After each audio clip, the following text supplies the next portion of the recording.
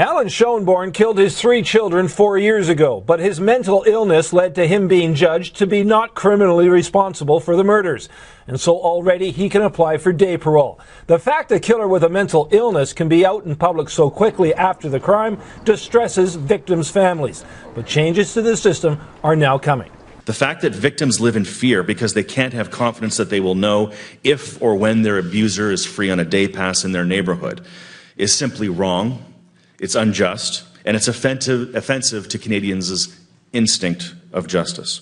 Victor Lee beheaded a passenger on a Greyhound bus in 2008. He too was judged to be not criminally responsible because he suffered a psychotic episode at the time. His victim's mother doesn't doubt his mental illness, but she says he should never be released from his treatment center, although he too can now apply for day parole.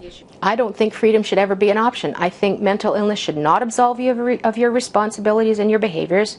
The reforms don't go as far as she would like, but the federal government insists the changes will have an impact that will help the families of victims. Our reforms will change the system to protect families and victims from ever coming into contact with high-risk or dangerous offenders. Our reforms will lengthen the time between hearings in order to protect victims from having to appear before annual hearings to relive their nightmares and torment.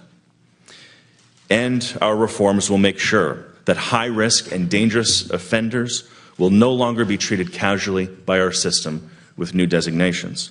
It's not known when the new amendments to the criminal code will pass into law. In the meantime, Alan Schoenborn's parole hearing, set for tomorrow, has been postponed.